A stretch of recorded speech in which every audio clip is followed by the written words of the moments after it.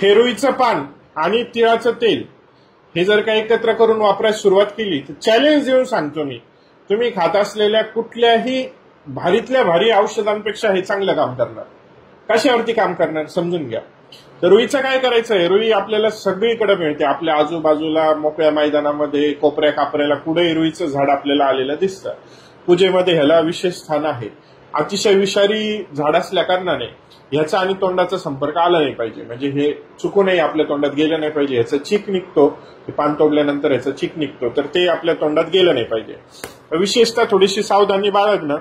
तर रुईचं जे पान आहे हे रुईचं पान घ्यायचं, ह्याच्यावरती तिळाचं तेल घ्यायचं आणि हे तिळाचं तेल दोन्ही साईडनी मस्तपैकी लावायचं, चपचपीत लावायचं. आणि आपला जो तवा असतो त्या तव्यावरती मस्तपैकी हे पान चांगल्यापैकी गरम करून घ्यायचं. हे चांगल्या पद्धतीने आपण हे पान गरम करून घेतलं तर आपले जे दुखणारे सांधे, समजा तुमचे गुडघे दुखू राहिले, तुमचे टाचा दुखू राहिल्या, हिल पेन मुरगाळा झाला, सांधे दुखू राहिले, मनगड दुखू राहिलं, कोपर दुखू राहिलं, शोल्डर दुखू राहिलं, कंबर, पाठ, मान हे काही पण दुखतंय, असे 2, 4, 5 पान घ्यायचे, मस्तपैकी तापवायचे, तिळाचं तेल लावायचं. तेल लावल्याच्या नंतर मस्तपैकी गरम करायचे.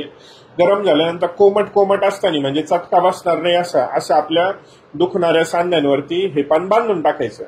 हे बांधल्याच्या नंतर रात्रभर राहू द्यायचं. रात्री झोपताना करायचा प्रयोग आहे. रात्रभर राहू द्यायचं आणि सकाळी उठल्यानंतर काढून टाकायचं. जादू सारखं तुमच्या शरीरामधून हा वेदना शोषून घेतं. जशी काही जादू झाली, मिरॅकल झालंय. आता याचे अनुभव काय आलेत आम्हाला, ह्याचे अनुभव एवढे सुंदर आलेत का ज्यावेळेस आपण रुईचं पान तिळाच्या तेलामध्ये लावून गरम करून ज्या दुखणाऱ्या ठिकाणांमध्ये लावतो तर टाचेचे वाढलेले जे हाड आहेत ह्याच्यामुळे जे टाचं दुखतात, सकाळी उठल्यानंतर चालता येत नाही, वलगडत चालावं लागतं, थोड्या वेळ खुर्चीत बसलं उठलं तरी टाचं दुखायला लागतं, टाचेला सूज आलेली, तुमचे घोटे मुरगाळले गेलेले, तर अशा ठिकाणी हे रुईचं पान अशा पद्धतीने तिळाच्या तेलाने लावल्याने ते आजार तुमचे 6-7 दिवसात 8 दिवसात पूर्णपणे नष्ट झालेले आम्हाला दिसले. गुडघेदुखीमध्ये साधारणतः महिना 6 महिन्यामध्ये फार सुंदर असे रिझल्ट जाणवायला सुरुवात होतात. गुडघेवरची आलेली जी सूज आहे ती पहिल्या 3 दिवसातच कमी होऊन जाते. त्याच्यानंतर गुडघे दुखणे, ठणकणे, सांधे दुखणे हे प्रकार सुद्धा कमी व्हायला सुरुवात झालेली आम्हाला दिसून आलेली. सोबत जर का कंबरदुखी फार झाली असेल, फार कंबर वाकडं झालंय, चालता येत नाही, कमरेतून पायामध्ये शिर दुखायला लागली, खुबे दुखू राहिले, अशा वेळेस ज्यावेळेस आपण हे पान त्या ठिकाणी बांधतो, फक्त एकच नाही 4, 5, 6, 7 पानं पण अशा पद्धतीने बांधून त्याच्यावरती मस्तपैकी मफलरीने आपण बांधून रात्रभर राहून देऊ शकतो. तर अशा पद्धतीने हे पानं जर का आपण बांधायला चालू केले तर खुबे दुखणे, पाठीचे दुखणे, कमरेचे दुखणे हे बरे झालेले आपल्याला दिसून येतात. सोबतच ज्यांना कफ प्रवृत्ती फार जास्त आहे, फार बेडके येतात, खोकला येतो, कफ येतो, दम्यासारखा प्रकार आहे, फार जास्त प्रकार आहे, कफ फार होतोय, खोकलासारखा येतोय, अशा पेशंटसाठी रुईचे पानं घ्यायचे. हे पानाला समोरून पाठीमागून गाईचं तूप लावायचं. आता गाईचं जे तूप भेटेल ते लावा. गाईचं तूप लावलं किंवा एरंडाचं तेल लावा. गाईचं तूप अथवा एरंडाचं तेल लावा. त्याला सेम तव्यावरती गरम करून घ्यायचं मस्तपैकी आणि कोमट गार असताना, म्हणजे याचा चटका बसणार नाही असं छातीवरती बांधायची. पत्रावळ्या छातीवरती लावून द्या, 3, 4, 5, 6, 7, 8 पाठीमध्ये लावून द्या, 4, 5, 7, 8 आणि त्याला मस्तपैकी मफलरीनी वगैरे किंवा एखाद्या टॉवेलनी गुंडाळून बांधून टाका. रात्रभर राहू द्या. सकाळी पहा कफ बाहेर निघून गेलेला दिसेल तुम्हाला. कफ एकदम निघून गेलाय, छाती पूर्ण मोकळी झाली अशी दिसायला सुरुवात होईल. हा प्रयोग 7 दिवस करायचा. ज्याला कफाचा प्रकार आहे, कफ जास्त होतोय, छातीमध्ये बलगम म्हणजे कफ साठला जातोय, बेडके पडू राहिले, अशा पेशंटनी हा प्रयोग 7 दिवस केलेला तरी चालेल. आणि सोबत ज्यांना सांधेदुखीचा त्रास आहे यांनी जोपर्यंत ती सांधेदुखी कमी होत नाही, बरी होत नाही, ठीक होत नाही तोपर्यंत करायचं.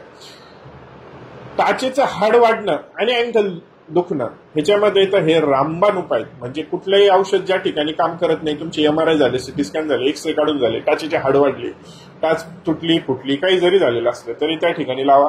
तुमच्या टाचेमध्ये जे दुखणं, ठणकणं, बधीरपणा जो जाणवतोय ते बरं झाले तुम्हाला दाखवणार आहे. सूज आलेली तुमची कमी झालेली दाखवणार आहे. यापेक्षा चांगलं मला तरी वाटत नाही का पेन किलरसाठी आपण कुठला पर्याय वापरू शकतो. म्हणजे इंजेक्शन सुद्धा जे काम करत नाही तेवढ्या फास्ट हे काम करतं. म्हणून मी याला जादुई पान असं संबोधतो. तर जादुई पान कसलं तर रुईचं. विषारी त्याच्यामुळे चुकूनही तोंडाला लागू देऊ नका, जिभेवरती जाऊ देऊ नका, लहान मुलांपासून लांब ठेवा विषारी असल्या कारणाने.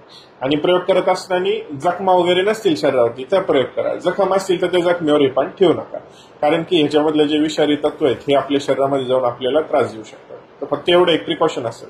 रोज लावू शकतो, किती दिवस लावू शकतो, कधी लावायचं, रात्रीच्या वेळेस लावायचं, जोपर्यंत बरं होत नाही. आमचे जे अनुभव आहेत 7-8 दिवसामध्येच पेशंट बरे झालेले आपल्याला दिसून येतात. या पद्धतीने आपण रुईच्या पानाचा प्रयोग करून आरोग्यपूर्ण जीवन जगू शकतो. आपल्याला अजूनही जर का काही त्रास होत असतील तर आपलं डॉक्टर तन्वीर देशमुख या नावाने युट्यूब चॅनल आहे. या युट्यूब चॅनलवरती जाऊन व्हिडिओज पाहू शकता आणि आरोग्यपूर्ण जीवन जगू शकता. धन्यवाद.